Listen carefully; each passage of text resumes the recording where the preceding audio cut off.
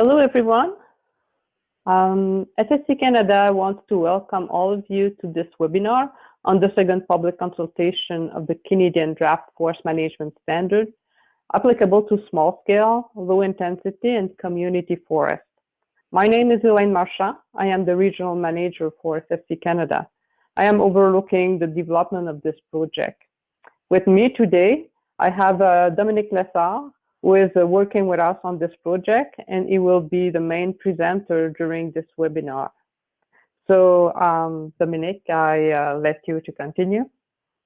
Thank you, Elaine. Can you hear me well?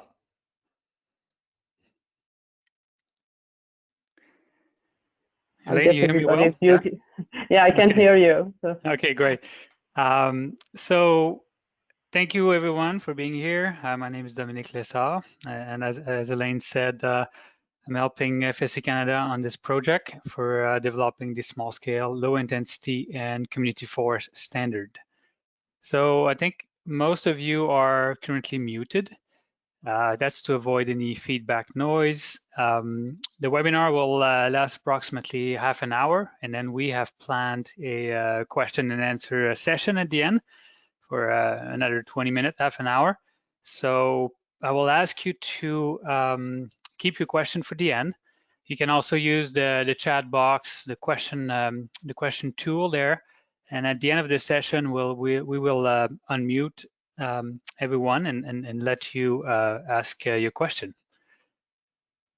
So today we'll try to answer some of the main questions that arise during this process. So, for example, what type of forest this new standard has been developed? What standard is it replacing? How was it developed? What is the role of this standard development group? Has the number of indicators been reduced or increased? Who knows? How is the standard structured?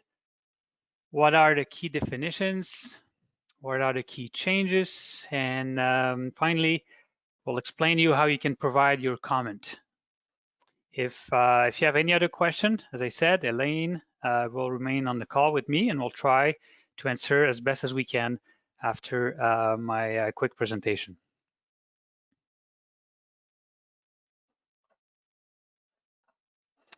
So this new standard has been developed for 3 specific types of forests. The first one being small forests, and small is defined as 1,000 hectares or less. The second type is low intensity forest, and again or FSC defines low intensity as the forest for which harvest is below 20% of the mean annual increment and less than 5,000 cubic meter annually, or an average over 5 years. And finally, this standard has been developed also for community forests, and that's new. And the definition is also open for consultation. That's quite important. And the definition of community forest, as it stands right now, is a forest that's managed by a local government, a community group, a First Nation or community-held corporation for the benefit of the entire community, and in which profits are cycled back into the community. Now, I want to point out that in the previous definition for consultation number 1, there was a size limit of 80,000 hectares. That size limit has been removed from the definition, which means that any community forest of any size that meets the definition here is eligible for that new standard. Currently, as of April 2020, there is 6 group certificates across the country. You have a summary there. 3 in Quebec, 2 in Ontario, I believe, and 1 in Nova Scotia, representing 680 hectares and around close to 10,000 members. When I say members, you should think woodlot owners mainly. Some of those certificates also include community forests, and I just want to point that out. And most of them, for example, would be municipal forests. So 6 group certificate right now, and 4 community force certified on their own, 2 in BC, 2 in Ontario, and the range is it's quite a wide range of the size, from around 2,000 hectare to close to 100,000 hectare. So that's just to give you an idea of what kind of force and the amount of hectares that are currently certified and would be eligible under that new standard. Now those certificates right now are certified under 3 different standards, being the BC Small Operators Standard, the Great Lakes St. Lawrence SLIM Standard, and Maritime SLIM Standard. So now with this proposal, this new standard, there will be only one standard replacing those 3. So the same requirement would apply across the country. Now, a quick word on how this standard was developed, because I think that's quite crucial to understand the process. And the process, we have to understand that we have to go back quite far back, actually, around 2013, 14, 15, at the beginning of the national standard development. So at first, it was decided that the small scale standard would be a substandard of the main standard. And there was a subcommittee formed, a technical expert panel, that look at the NFSS. When I say NFSS here on the slide, it stands for National Forest Stewardship Standard, which is the current, the new standard that was approved in 2018. So this technical expert panel look at the first draft of the NFSS. Remember, it's almost 6-7 years ago, and then use the international generic indicator in red here, and then produce that first draft that we call SIR Draft 1, and SYR stands for Scale, Intensity, and Risk. That's how it was called at first. So that first draft was created and was there was a public consultation launch in the fall of 2016 on that first draft. Now, because the national the NFSS was changing so much, it was a constantly moving target. It was decided that to pause this process, get the national the NFSS standard approved, and then resume the process for developing a standard specifically for small scale, low intensity, and community forest. So that resumed in February 2018 when the NFSS was approved. Now from there, FSC Canada created an innovation lab with the comments received from 2016. Remember that consultation, plus the first draft, and also look at other countries, what they had done with their standard, and created the draft 2, we call SIR Draft 2. And that was also done going back and looking at the international generic indicator, because we, or FSC Canada, realized that sometime and often the IGI were just more appropriate or simpler or easier to achieve compared to the national standard. Now, using that draft number 2, it was a 3 regional workshop that took place. It took place in the fall 2019 and winter 2020, and we met. I and Elaine and other met personally with vast amount of stakeholders during those workshops, including stakeholders from all chambers, First Nation, environmental, social, and economics. We all gathered in small group, and just to get their feedback on that draft number 2. And from there, with their comment and with the help of the standard development group in blue here, we created the, and when I say we, I mean also it's a standard development group, those experts sitting on that group, and FSC Canada staff created this draft number 3, which you have into your hands right now. Just want to say a quick word before I keep going about the standard development group for that standard. It's they do a lot of work, and often we don't know who they are, and we don't know their role, and so quickly, just maybe go over it. The Aboriginal Chamber, we have Peggy Smith and Chris Craig on that committee. The Social Chamber, Solange Nadeau and Nicolas Blanchette. The Economic Chamber, Chris McDonald and Brenda Hopkins. And the Environmental Chamber, Dave Pierce.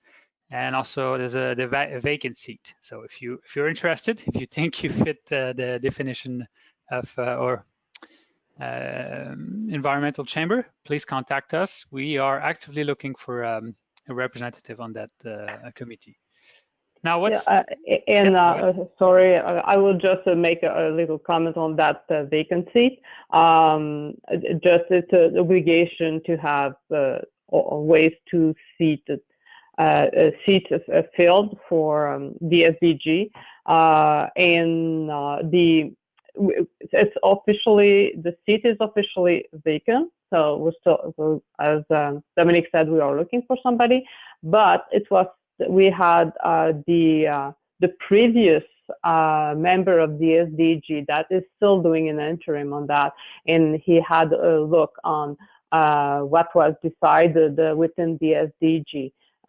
So it is, and I'm talking of Cliff Wallace from Alberta Wilderness Association. Also to mention that it was not a totally empty seat during the last part of the process, and for the first draft we had also, and even the second draft, we had the full SDG at that moment. Just wanted to mention that. For sure, but yeah, okay, thank you, Elaine. I just want to also explain their role. These people represent their chamber, the interests that they're representing. They are actively reviewing the entire standard, criteria by criteria, even going as deep as indicator by indicator.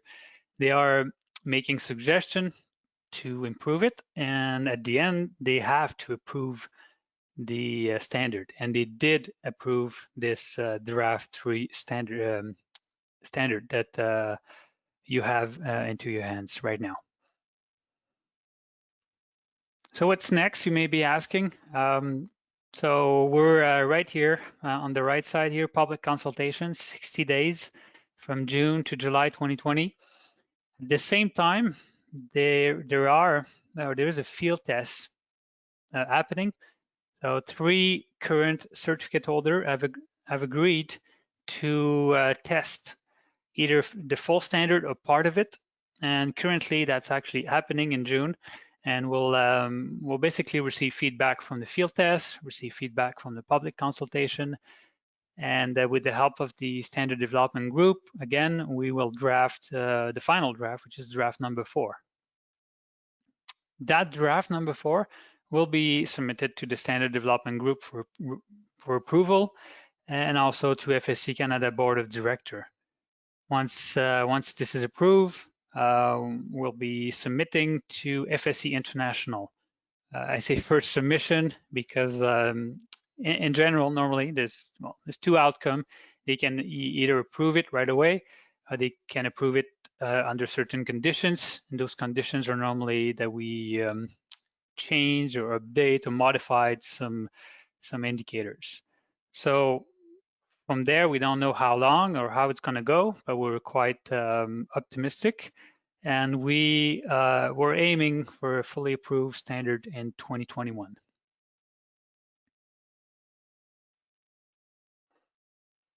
Now, a question we often get is how much can the indicator be modified? So just so you understand the process better, standard developers have 4 options. They can either adopt the international generic indicator as it is, no change. And we've done that. FSC Canada has done that in some of the indicators, for sure. There's also the option to adapt. Adapt means changing a word, changing a sentence, even as soon as you modify one word, it's considered as adapt. The standard developer can also drop, and drop means just delete it, remove it completely. And because it's been determined that it's not applicable in the Canadian context or non-contributing in measuring conformance. Now, the fourth option and the last one is to add if the standard development group feels that something's missing, well, they will recommend that we add an indicator or a criteria, normally an indicator, to make sure that we cover what's missing. And I think we've in this standard we've had one or two, I believe. Now, another question we often get is, can we simply drop indicators that are low risk? Because we all know Canada has a quite strict forest regime, forest regulation, good human right laws. So we often get asked, like, well, why do we need all those indicators if it's already covered by regulation? So the short answer is actually no. In order to drop an indicator, we have to demonstrate that it's either not applicable in the Canadian context or SLIMF context. When I say SLIMF, that stands for a small scale, low intensity managed force. I may have forgotten to say that earlier. And the second reason we're allowed to completely drop an indicator would be that we can convince FSA International that it's already covered elsewhere in the standard. And so we're basically allowed to merge two generic indicator into one, and then in this case we can drop one. Now, to further complicate the process, just keep in mind when you're submitting your comments that every word that we remove or modify from an international generic indicator has to be justified. So we are welcoming recommendation in your when you provide comment, but keep in mind that you have to explain why you want to use this word instead of this other word. That's quite crucial. And if you don't, then we have to do it also to FSA International. Quickly, maybe I wanted just to do a quick overview of the number of indicators included in that standard. Now, this standard has 68 less indicators than the national standard and 50 less than the IGI. And as you can see on the graph here below, principle 1, principle 2, principle 6, principle 10, those are I've seen a significant reduction in the number of indicators. And quite frankly, I think there's 8, 9 maybe, and there's an increase compared to the IGI, but that's just to take into account the Canadian context sometimes. So, but overall, it's a simplified version of the national standard, and it's also a simplified version of the IGI.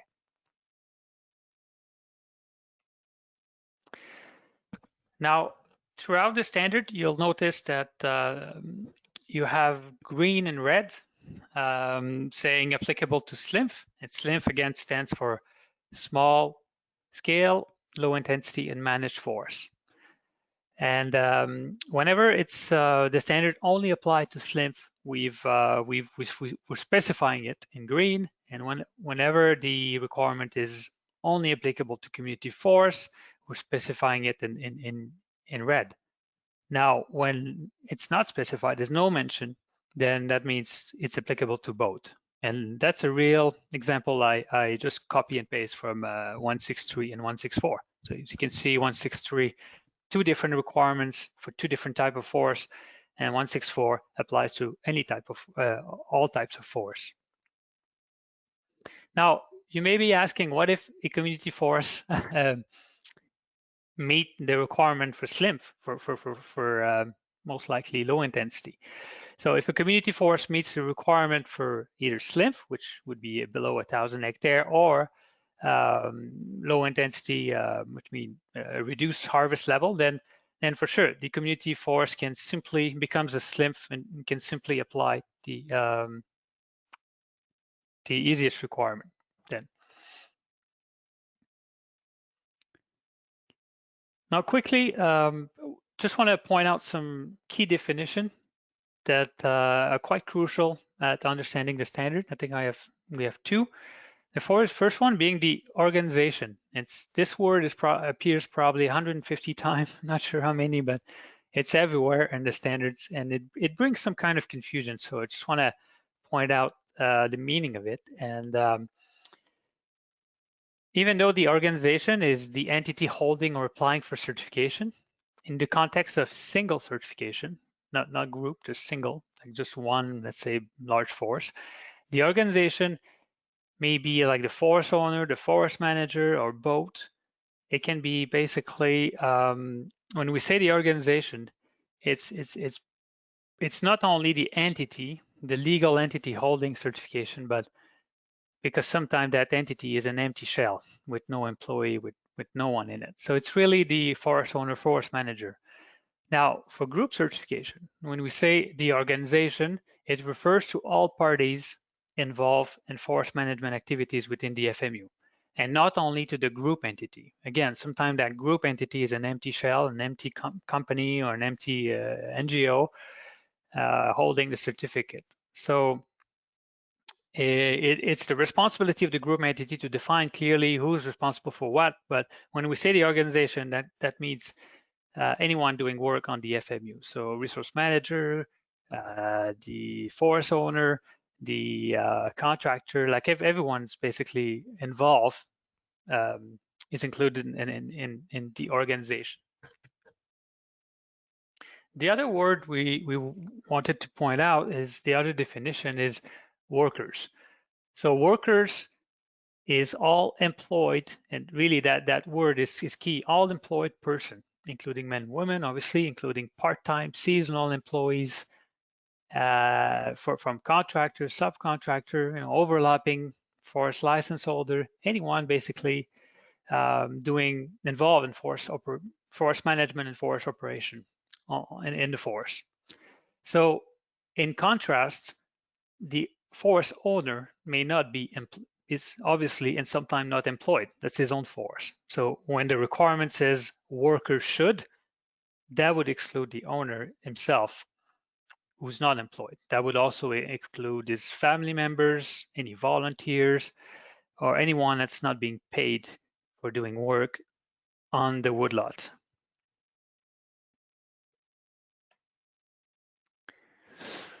Some of the key change, quickly, we want to highlight three changes, three what we think are really key changes, maybe some also challenge, but let's see. The first one on dispute resolution. So we are presenting two options for dispute resolution. The first one, option one, is the same as the national standard, which means that dispute resolution requirements are included in 4 different criteria: 1.6, 2.6, 4.6, and 7.6. So that's almost like the status quo compared to the NFSS. The option number 2, and we've tried to highlight in the standard, and I think it's in yellow, but we have a specific box trying to explain it. We have attempted to merge all requirement from 1.6, 2.6, 4.6, 7.6 into one, simply into 1.6. So that's a key change.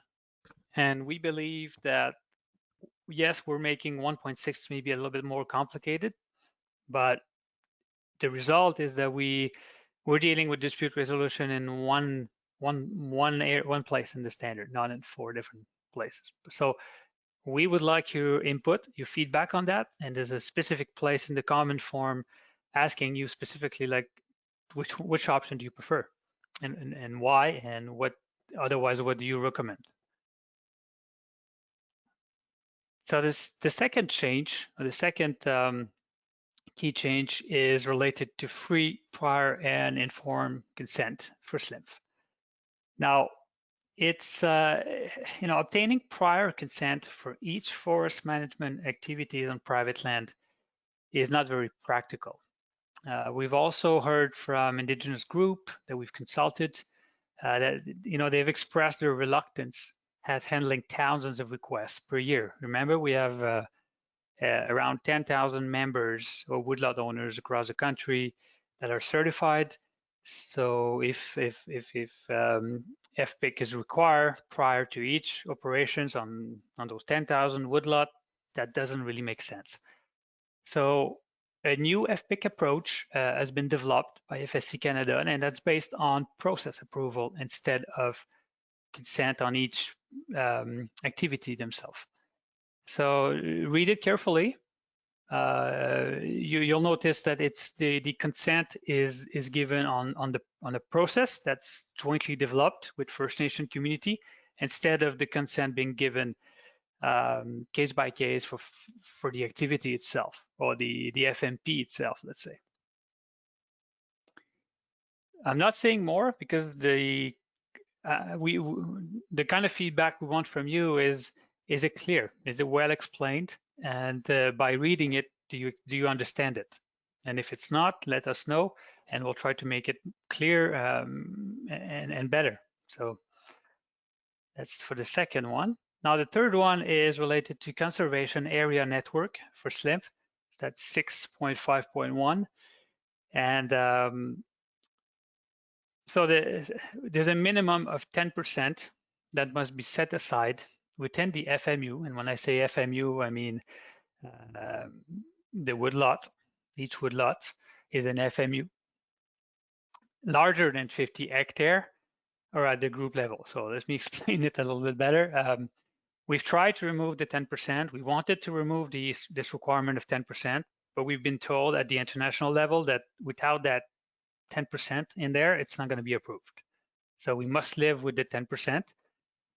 And luckily for us, there's an interpretation that was published saying that any woodlot below 50 hectare can use existing protected area that are surrounding the woodlot to meet the requirement. But for woodlot larger than 50 hectare, that requirements remain and can be met either within each woodlot or can be met at the group level. So that's the compromise that we have. However, the good news is that what can be accounted for when calculating the conservation area network has been expanded.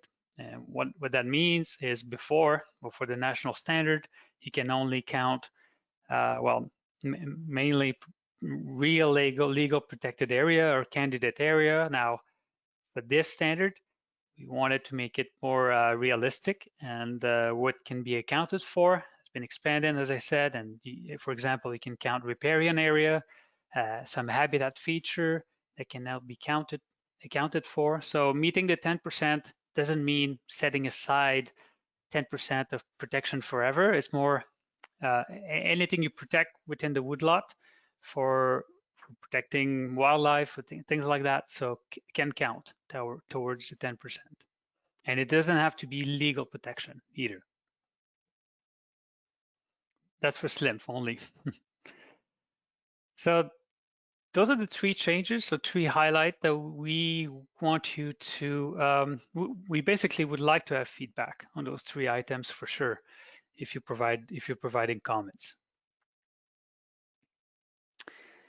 Now, how can you provide your comments? I suggest first that you download a copy of the IGI's International Generic Indicator. I've included the link here, and the reason is that's the baseline. That's what we need to meet. And secondly, you can download the draft number 3 and the comment form at the link that's provided here. And we're asking you to return it to Elaine Marchand and at her email here before July 26, 2020. So that's the extent of my presentation for today. Elaine, if you can, I will ask you to either unmute people or maybe let us know if there's any questions. Yeah, people who has questions, you can raise your hand or you can write in the chat box. Right now, there's 2 questions there. Natalie is asking, could Dominic say more about how FPIC process approval for SLIMP will work? Is this still going to support a robust consultation process? Elaine, do you want to? Well, I mean, well, we're talking about approval for this one, which well, not there yet. Actually, we are testing. This is something really specific. That indicator that for the FPIC process is something that we will test during testing. Yeah, at with two different certificate holders, different provinces. So, well, yes, I'm not sure, and maybe Nathalie, you can. I'm not sure exactly what you want to. You mean exactly about the support robust consultation process, but yes, you need to talk with the Indigenous community if this is what you want to say. But I will try to unmute you and maybe you can complement your question. It should work, Nathalie. Hi, Elaine and Dominic. Thanks very much for all of this really helpful information. I was trying to understand how process approval, I understand how it would be less onerous for Indigenous communities involved because, as you say, they are inundated with requests and people can only handle so much. But I'm just not quite sure what process approval means precisely. And that may be partly because the audio for Dominic went bad for me around the time he was talking about that. So I don't know if I missed some explanation that he provided or not. Okay. What I can say is that the indicator that we draft, the intent is, I think Dominic said, and you can compliment Dominic, but he said, well, it's more toward to give agreement on the process. But in reality, well, yes, you can do it. But the indicator is suggesting it allows more flexible approach. So it's really what the community wants in what the either most of the time it's the group or the owner or the group manager can do. So what we heard is that some community don't want to do one by one type of approval, but they may want to on certain aspect to be consulted each time, but on other thing, it's well, that's okay, just something general. But so it's what it means. It means that the indicator, what the indicator is saying is that you have to agree together with the certificate holders of the organization and the community what type of approval you want, and you need to decide on those things. So it's not necessarily to each management plan for each owner. It's maybe not that, but it may happen that one community this is what they want and they don't want other things. But yeah, in reality, most communities just don't have. They don't want that because it's too much. I mean, and they need also the resource, and sometimes there's topics that are not that important for them, but there are other value or rights that are really important. So it's really going to it may allow a more customized approach. However, well, we need your comments and your field experience, and we need to field test that approach. Yeah. I don't know if that ended if I may, Elaine, I think, well, robust consultation is not FPIC for sure. But when we say process, we mean, I think what we mean is that it's almost like a procedure for how is consent will be provided. And what we heard from First Nation communities is that sometimes they want to give blanket approval for any kind of work in this area, but in this other area, no, you call me for every woodlot.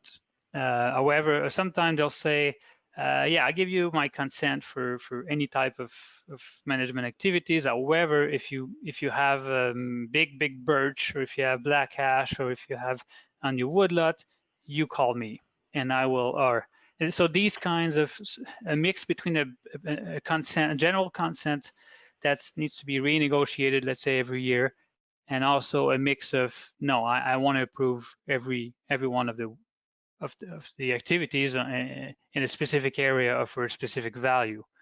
So just to lessen the burden on the communities.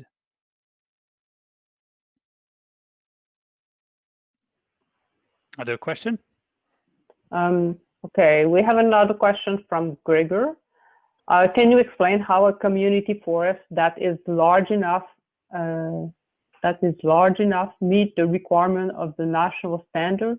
Example, 100, I guess, 1,000 hectares, can certify to this new SLIM standard? Who determines which standard is applicable for larger community forest? Yeah, I think it's. Go ahead. Well, let's go back to the definition.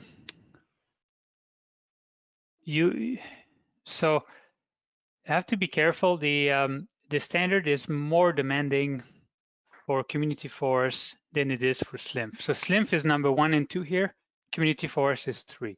So if anyone look at the standard, they'll realize that the community forest standard is closer to the national standard than it is to the SLIMF. Like it's almost like an hybrid between the two.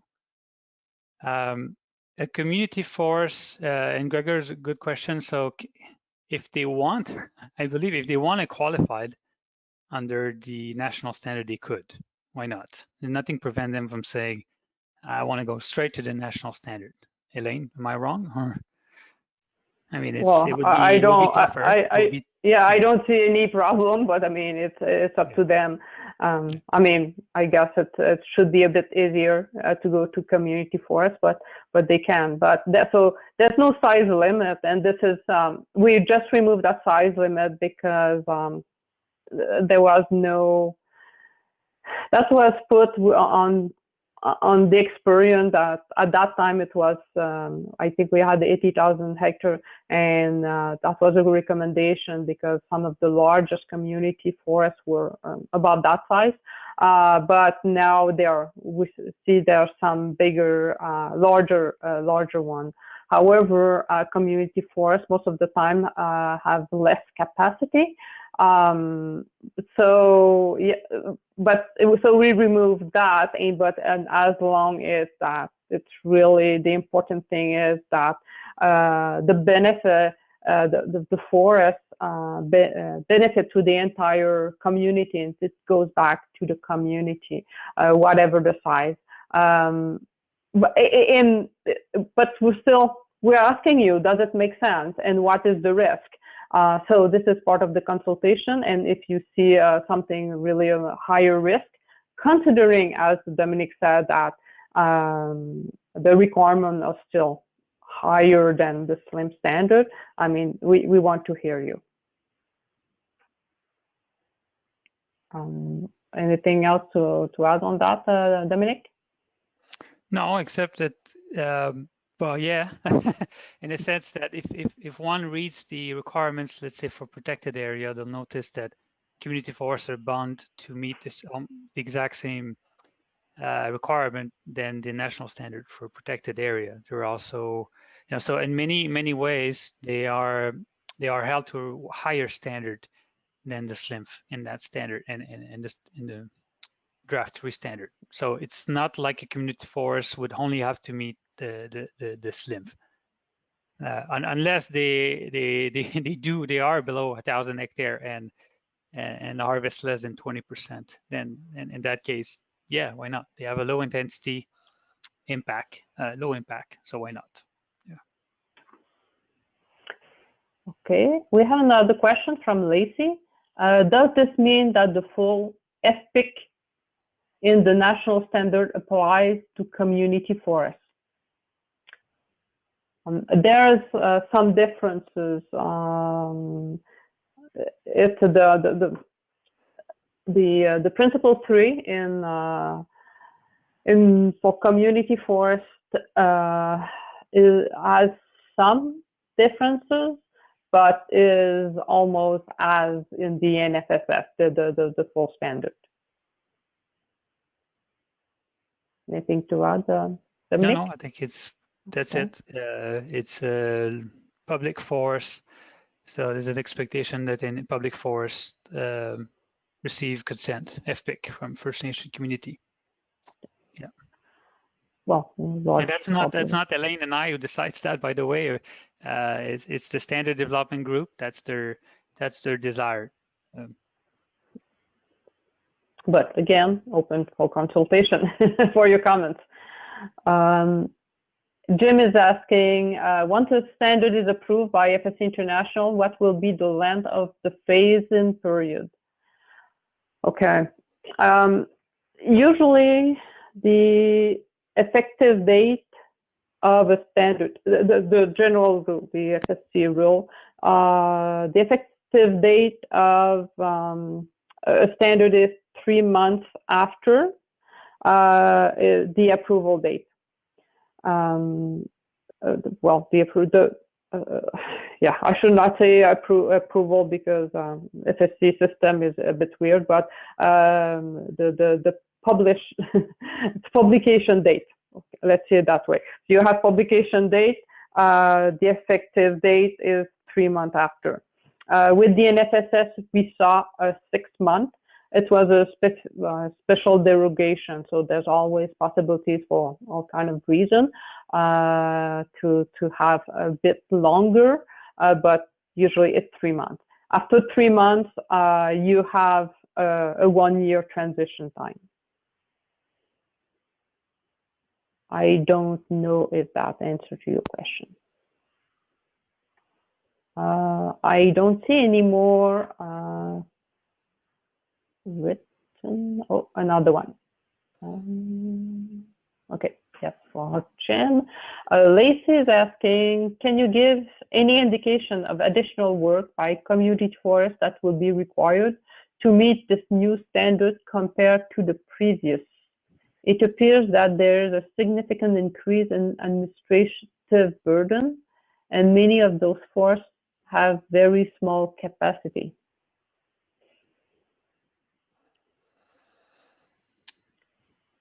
I don't.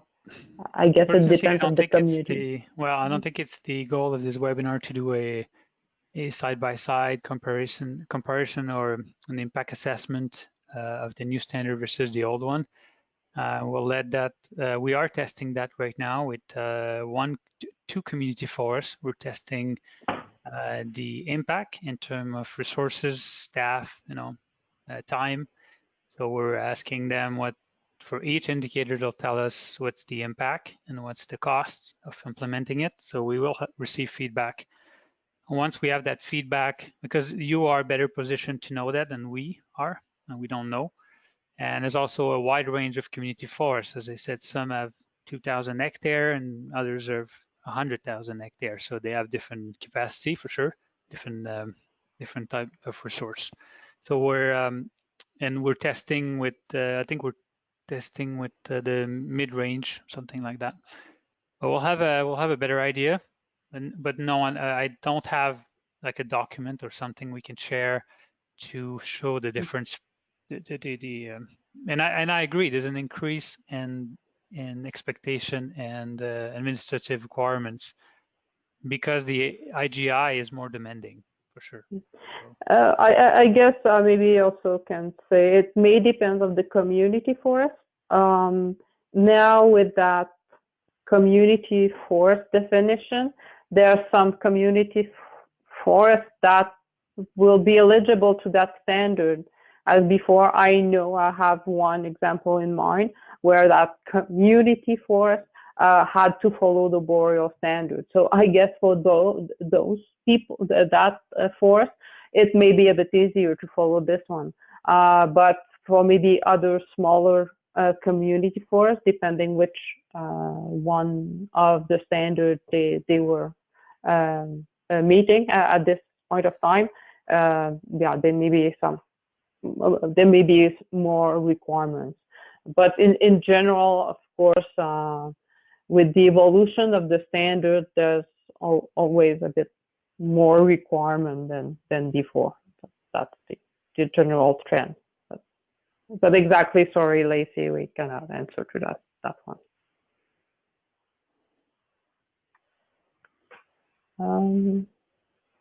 Okay, I don't see any other question. I don't see any hand raised.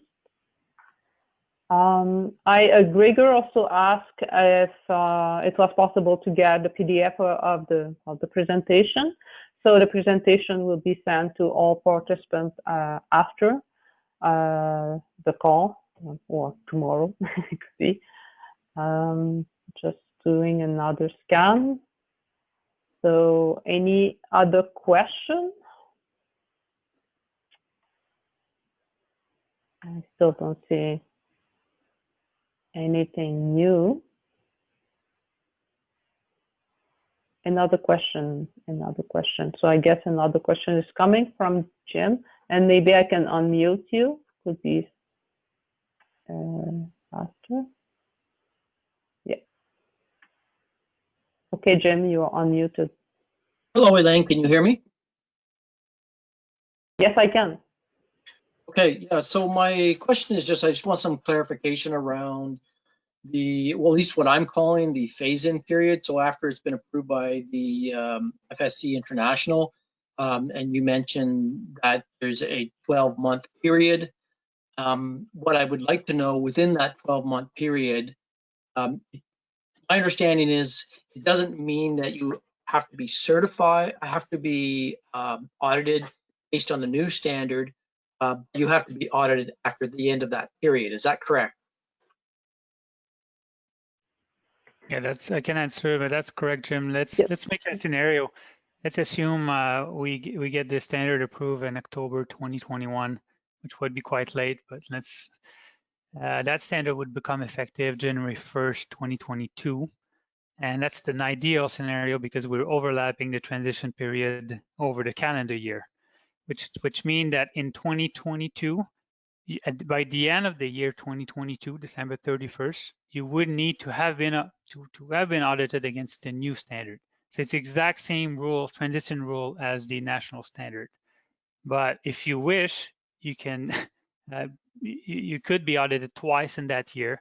You could be audited at the beginning of the year against the old standard, and then again at the end of the year to the new standard. But there's few incentive for paying for two audits in the same calendar year. It may also depend where you are in your in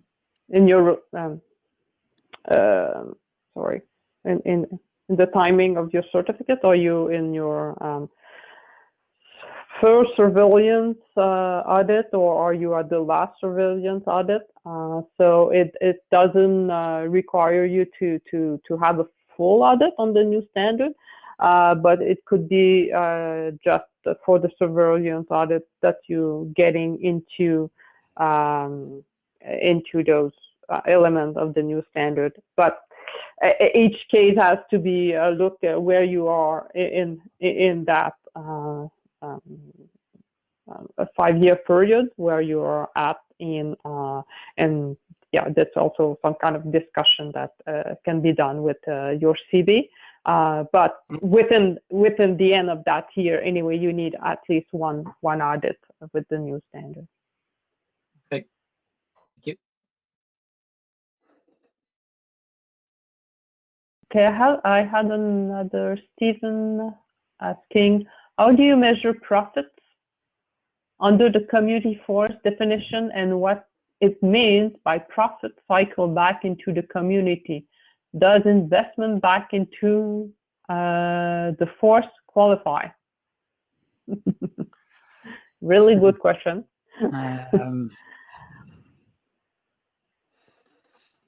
Well, first, there's three conditions. So the first condition, it needs to be local government, community group, First Nation, or community held corporation. So that's the first requirement.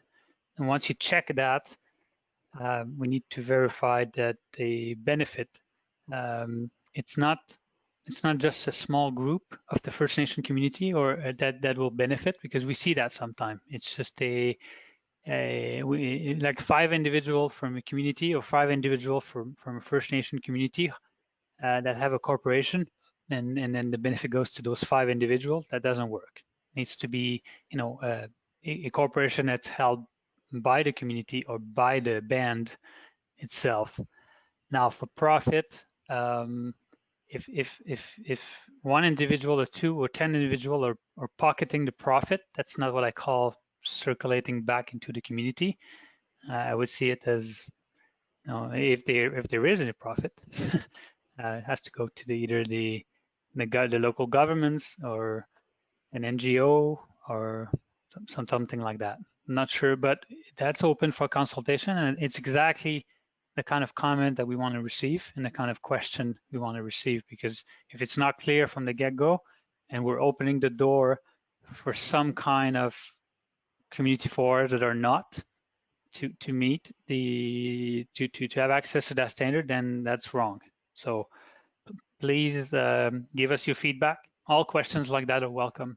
And if needed, we'll expand that definition. We'll make it clear, provide examples if needed, but that's key, I think. Yeah. Stephen, you're asking, does investment back into the force qualify? I mean, and really at this point, you need to look at who's the force, who's using the force, or for who the force is, and you have to look at the full picture. So if I guess the answer could be yes, that the force is for the use of the community. Yeah, if you sort of circle back that profit and you invest within the forest, and the forest is some kind of benefit to the community, yes. But it could be no if, at the end where it's going. But yeah, that's a good point. It needs to be, well, maybe it's not clear enough.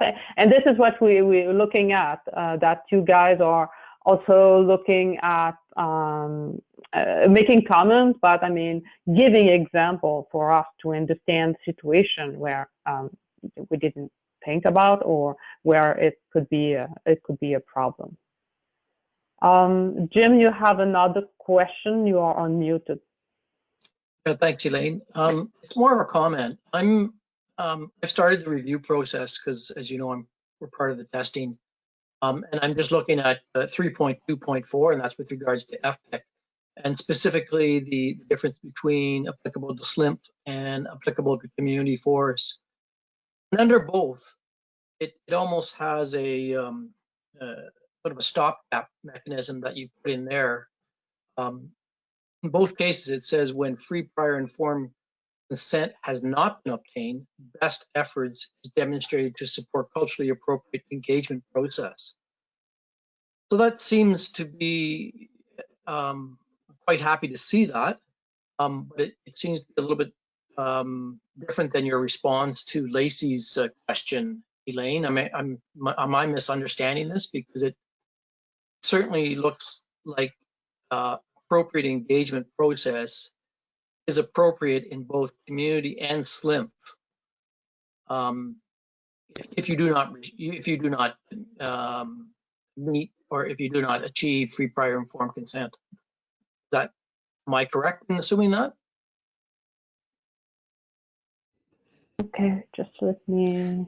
Yeah, it's an exact copy and paste from the national standard. It's there too. So yes, you are correct to assume that, but it's there in cases where you're not physically able to obtain that consent because either the First Nation community is not interested in participating, or not able, or not, they don't want to give that consent, but they don't necessarily oppose. But I agree, it's tricky. But if in some time you would do a lot of effort, the community would be, for the First Nation community would be happy with your effort. So as another, I'm being told that yes, we're happy with the process, it's going well, we're talking, we're engaging, but we're not ready to give our consent yet. So in that case, another can say, yeah, that's okay. You know, both sides are happy. Process is going. Efforts are being done, and they haven't necessarily obtained the consent yet. It's coming. We know it's coming. Both sides saying it's going to the right direction. But so that paragraph is there for those cases. Yeah, My understanding, but yeah. Yeah, well, two things on that paragraph.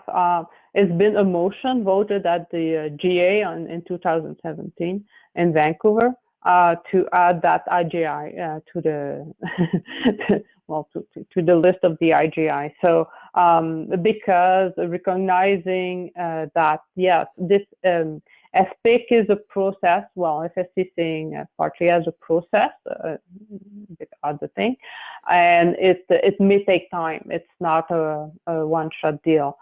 For somebody that is quite new, or if there's an increase of requirement, you may be working on it. So it doesn't mean that it's not, as Dominique mentioned, it doesn't mean it's not doing well. But you're not there at the time of the audit.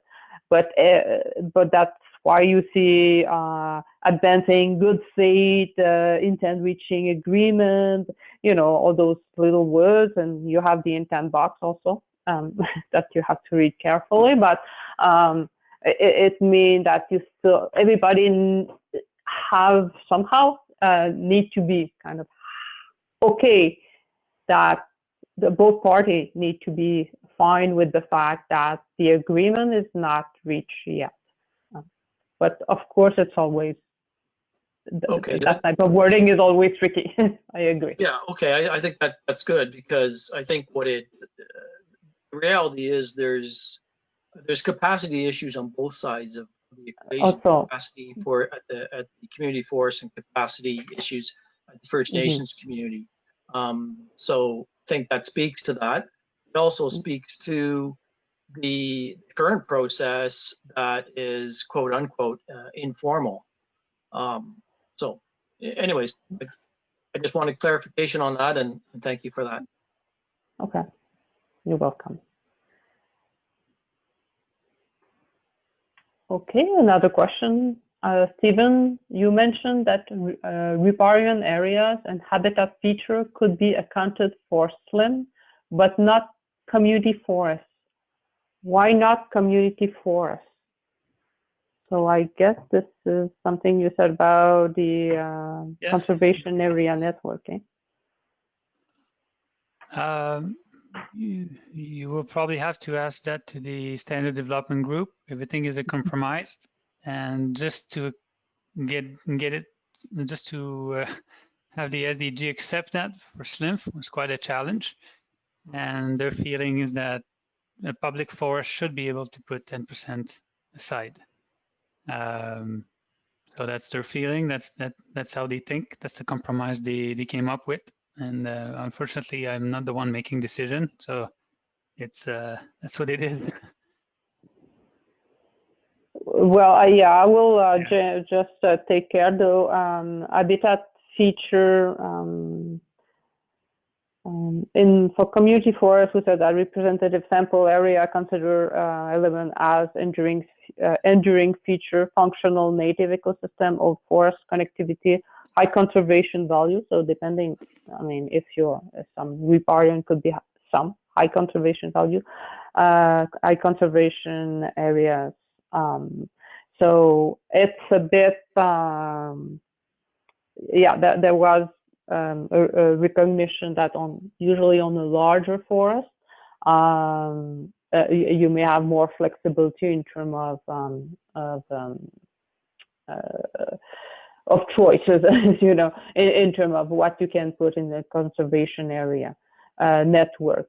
But again, that need to be tested, and it's really open for your comments. What is possible and not possible.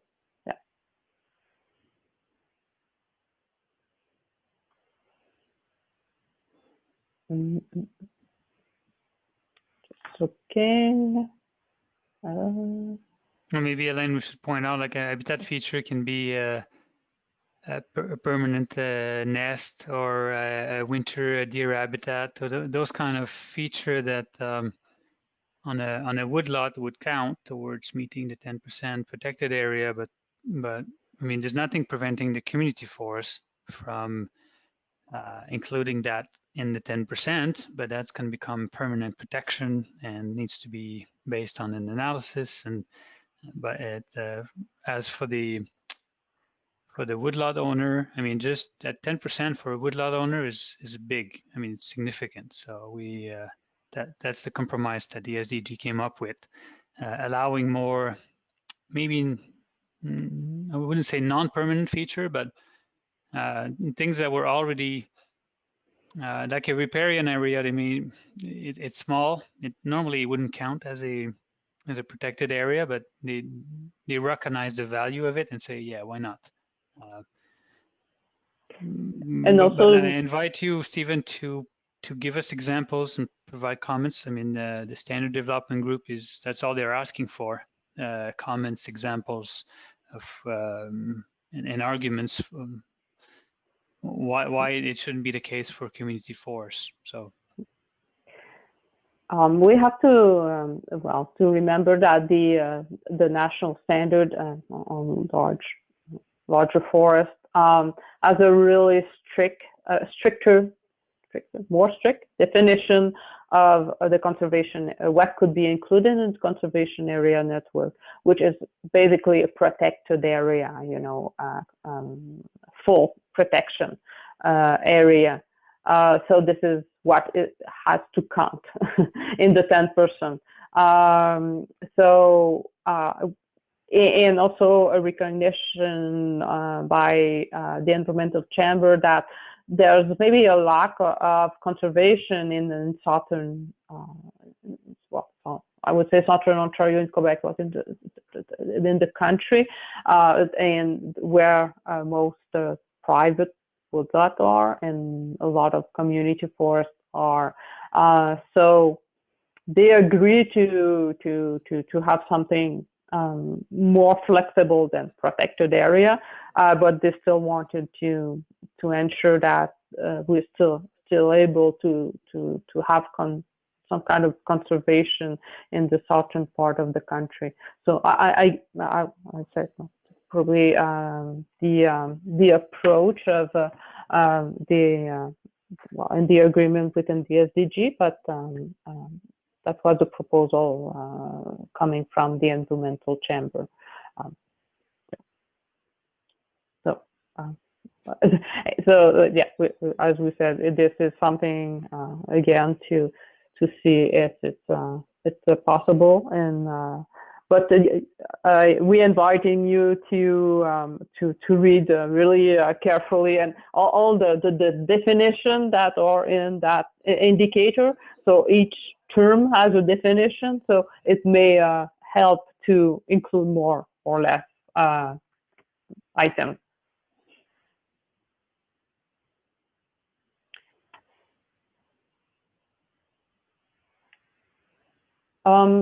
So again, another question on that feature, does that mean that 10% has to be put aside in each community forest or in a group certificate?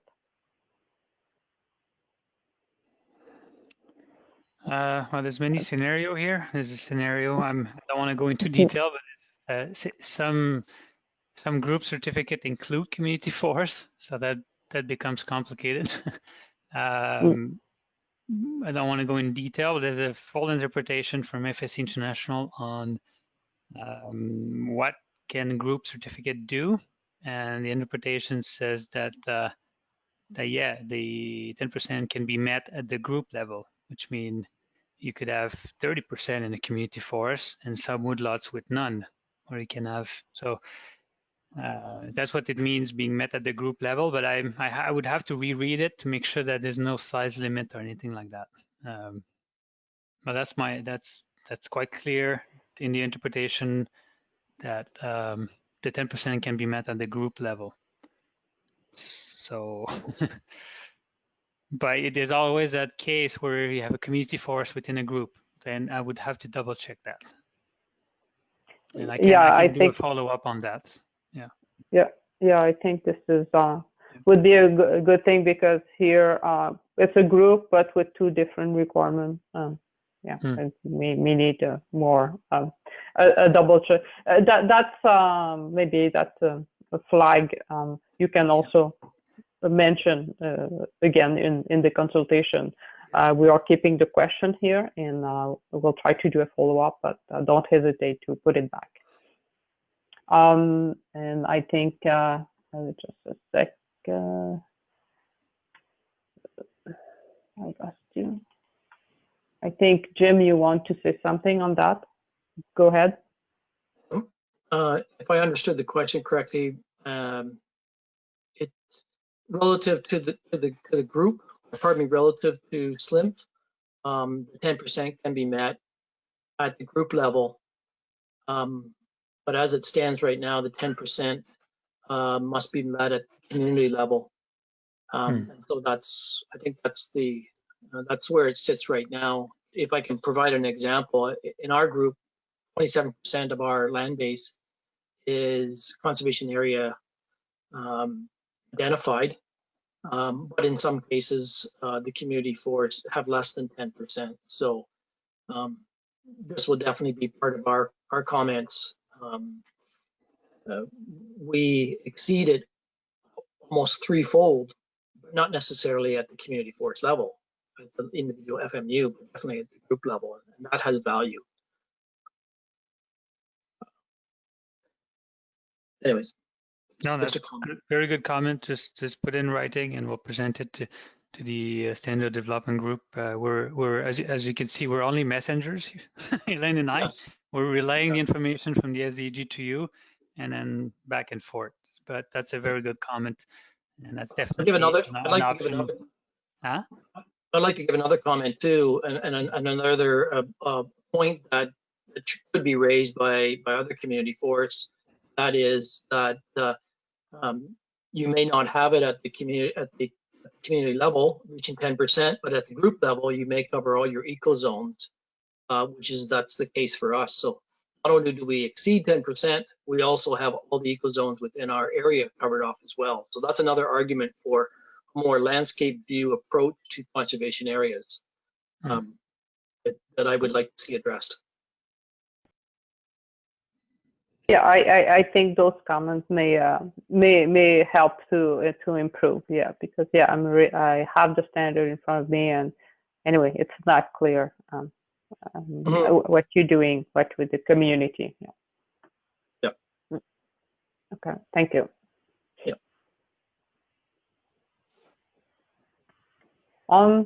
Okay. Well, I mean, we kind of exceeded the time that we said it would be an hour. I'm just going through if there's I don't see other question. Also, just a last. We can take a last one, but if there are none, we can finish. So I don't see any more.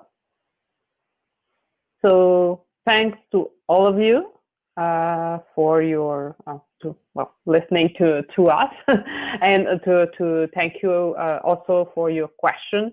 There's already really good question. Hoping that all of you will also participate to the consultation. We really need of those comments. Your experience with expertise, really practical one, is needed. I mean, it's from a desk office. Well, we can think we have some experience too, but I mean, we don't have experience in every situation, so we really need of you. Dominique, do you want to add something? No, just want to thank everyone, and we'll stay in touch, I guess, and there will be a public report that's going to be available with a summary of the comment we received and a summary of the test result. So that's going to be available most likely on the FSC Canada website if you're curious to know the extent and the result from the consultation. Thank you all. Yeah, thanks again. Bye-bye.